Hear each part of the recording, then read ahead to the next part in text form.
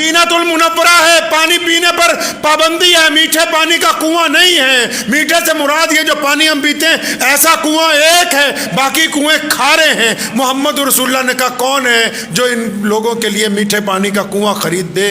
جب سب خاموش ہیں تو عثمان بولتے ہیں یا رسول اللہ میں جاتا ہوں اس کو خرید کے لاتا ہوں۔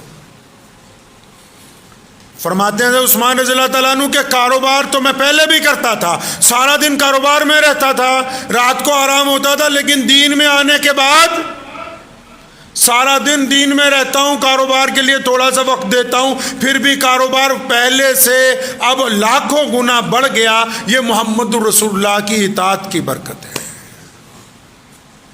حضور صلی اللہ علیہ وسلم کی اطاعت کی برکت۔ اور کیسے کاروباری ہیں سمجھدار؟ یہودی کے پاس گئے، پوچھا میٹھے پانی کا کنواں بیچتے ہو؟ کہنے لگا نہیں میں بیچتا نہیں ہوں، منوپلی ہے مارکیٹ میں، آج بھی مارکیٹ میں منوپلی ہے۔ منوپلی توڑے گا کون؟ جس کے پاس اللہ اور اس کے رسول کے اوپر اعتماد ہوگا، یقین ہوگا کہ نفع اور نقصان کا مالک صرف خدا ہے۔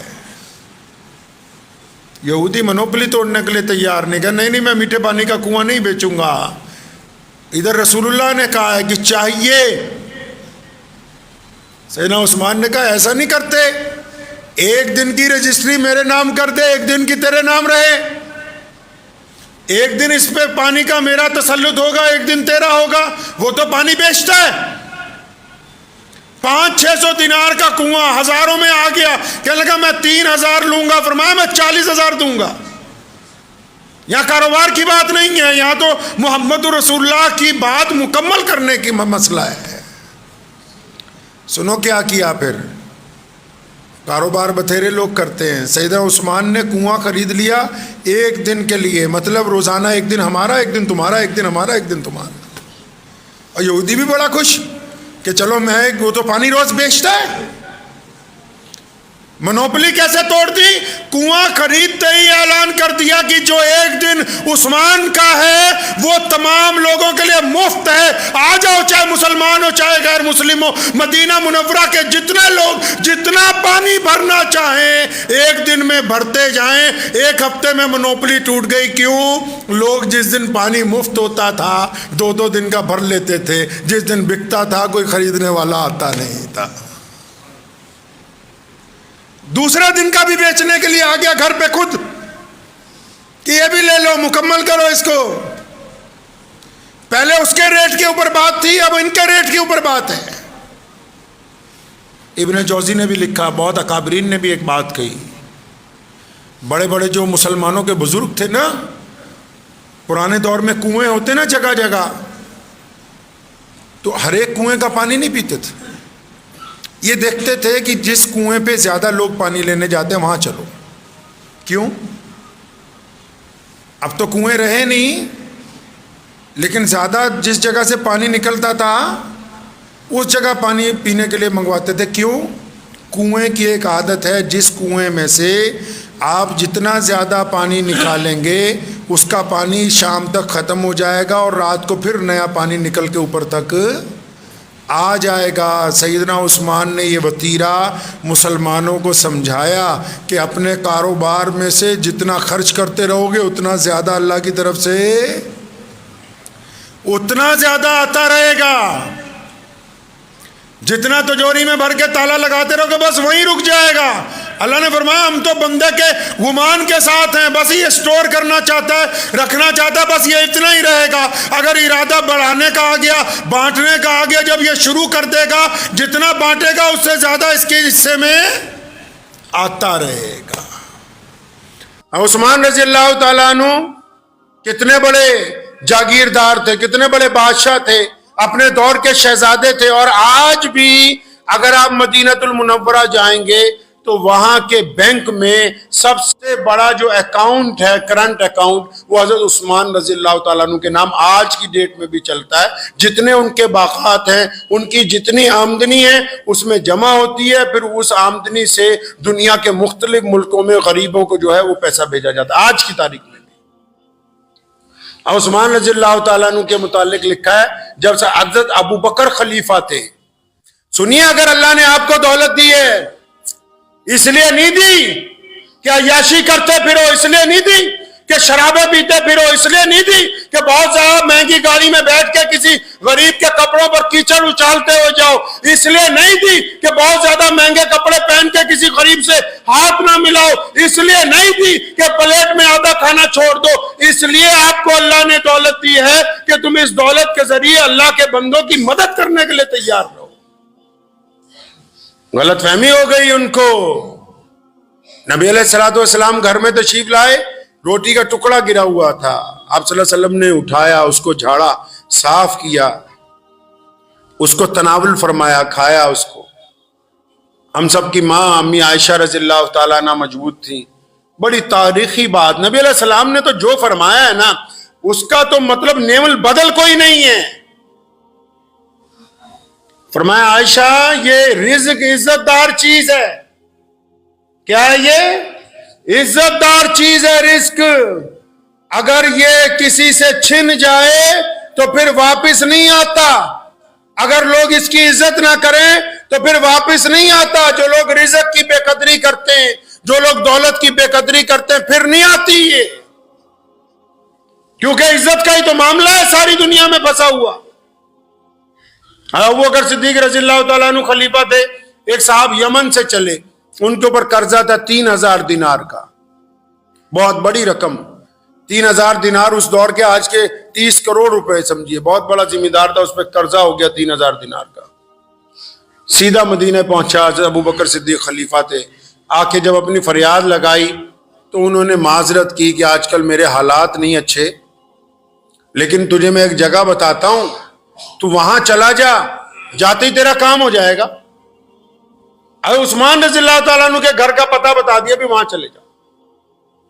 اب وہ فریادی جب حضرت عثمان بن عفان رضی اللہ تعالیٰ عنہ کے گھر پہنچا, جب وہ دروازے پر پہنچا, ابھی اس نے سلام بھی نہیں کیا تو دروازے کے اندر سے حضرت عثمان رضی اللہ تعالیٰ عنہ کی آواز آ رہی ہے, اپنے کسی بیٹے کو ڈانٹ رہے ہیں. اور فرمایا تم نے یار فضول خرچی مچا رکھی ہے گھر میں,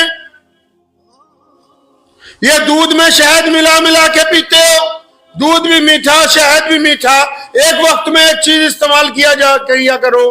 تو وہ بندہ کہتا ہے کہ میں دروازے پہ کھڑا تھا تو میں سوچنے لگا کہ یہ خلیفہ نے جس کے گھر بھیج دیا یہ تو اپنے بچوں کو دودھ اور شہد میں ڈانٹ رہا ہے, میرے 3000 دینار کہاں دے دے گا یہ. تو اس نے دروازے سے جب سلام کیا تو حضرت عثمان رضی اللہ تعالیٰ عنہ اپنے صاحبزادے کو اس دوران ڈانٹتے رہے.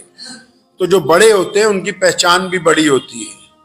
آج کل کچھ لوگ کپڑے پہن کے بڑا بننا چاہتے ہیں, کچھ لوگ اچھی گاڑی میں بیٹھ کے بڑا بننا چاہتے ہیں, کچھ لوگ بدتمیزی کر کے بڑا بننا چاہتے ہیں. کسی نے کہا نا کہ وہ جناب فلاں صاحب بڑے بڑے ہو گئے, فرمایا کیوں, کہ آپ اچھا بولنے لگے ہیں. اب ان کو ناراضگی کی جگہ غصہ نہیں آتا. بڑا بندہ اپنے قد کی وجہ سے نہیں بنتا, اپنی چمڑی کی وجہ سے نہیں بنتا.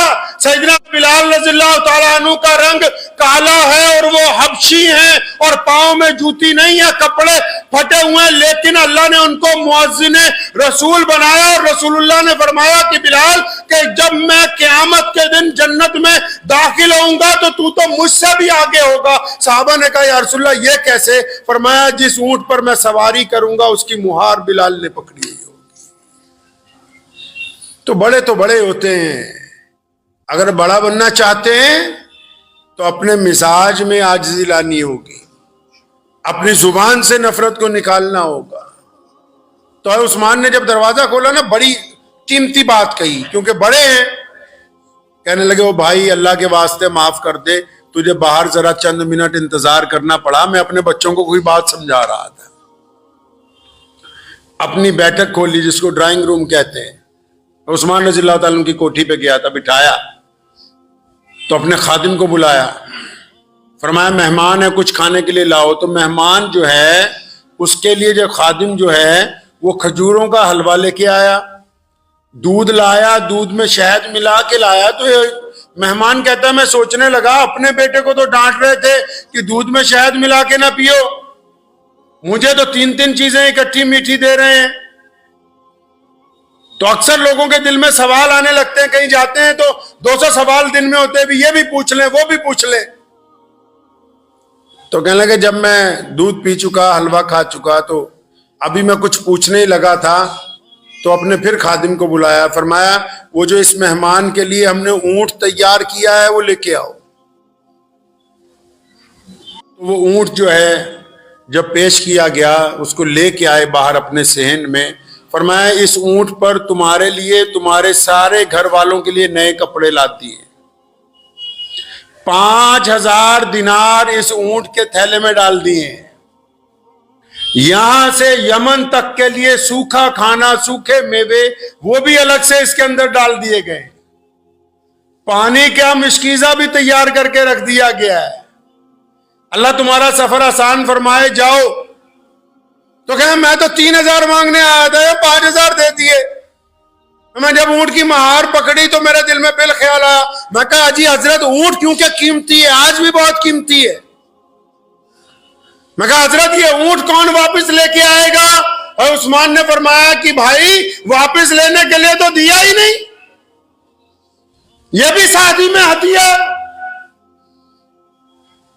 تو کہنے لگا پھر کہ حضرت اچھا ایک بات تو بتا دو، آپ کو حضرت ابو بکر نے پیغام بھیج دیا تھا؟ اور فرمایا بھائی زیادہ باتیں نہیں کیا کرتے، کام ہو گیا ہے، بس اللہ کا نام لو، جاؤ. جب اونٹ پہ سوار ہونے لگا پھر تھوڑی سی کھجلی ہوئی، کہنے لگا جی حضرت ایک بات اور بتا دو. بھائی پوچھ لے جاتے جاتے کیا مسئلہ ہے. بعض حضرات کو مسئلے بہت پوچھنے کا شوق ہوتا ہے. امام ابو حنیفہ کے پاس ایک صاحب گئے، کہنے لگے جی منہ دھوتا ہوں جب وضو کرتا ہوا، جب داڑھی میں خلال کرتا ہوں 2-3 دفعہ کر لیں تو وضو ہو گیا؟ فرمایا ہو گیا. فرمایا میری تسلی نہیں ہوتی. فرمایا پھر ایسا کیا کر رات کو اسے بالٹی میں بھگو دیا کر، صبح نکال دیا کر. کئی لوگوں کو عادت ہوتی ہے کہ نہیں مسئلے پہ مسئلہ ہی پوچھنا ہے. وہ کہتا میں پھر حضرت عثمان کے پاس گیا کہ حضرت بس آپ سے ایک بات پوچھنی تھی. فرمایا اچھا پوچھ لے بھائی، اب جاتے جاتے تو یہ بھی پوچھ لے. کہنے لگا میں جب آیا آپ اپنے صاحبزادے کو اس بات پر ڈانٹ رہے تھے، آپ اس بات پر ناراض ہو رہے تھے کہ دیکھو دودھ میں شہد ملا کے نہ پیا کرو، فضول خرچی نہ کیا کرو.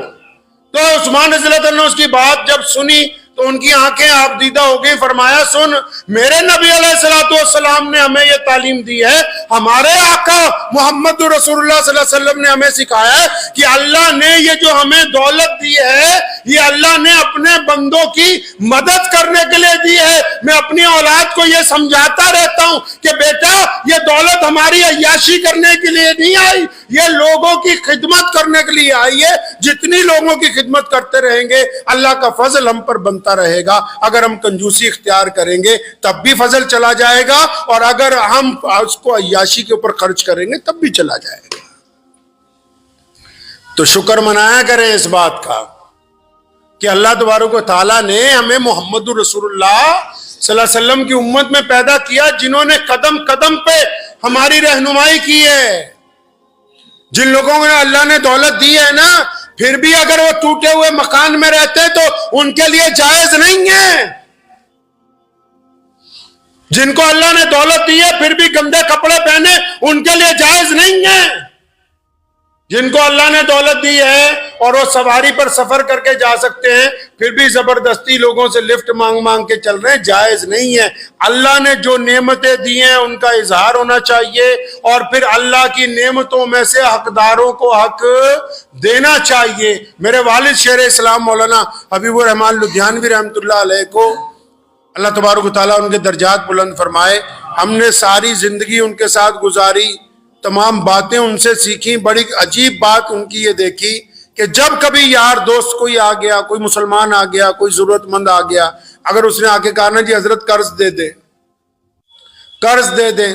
جب میں تھوڑا کام سنبھالنے لگا ان کے ساتھ تو میں نے خود اس بات کا تجزیہ کیا اور ذمہ داری سے کہتا ہوں، جب کوئی آتا تھا حضرت کے پاس کہ حضرت قرض دے دیں تو جواب نہیں دیتے تھے، اس کو بٹھاتے تھے، اپنے حجرے میں جاتے تھے، جتنا سامان دینا ہو، جتنے پیسے اس وقت میسر ہوں، یہ نہیں دیکھا بھی اپنا کھانا خالی ہو رہا ہے یا نہیں، وہ لا کے ان کی جیب میں ڈالنے اور فرمانا بیٹا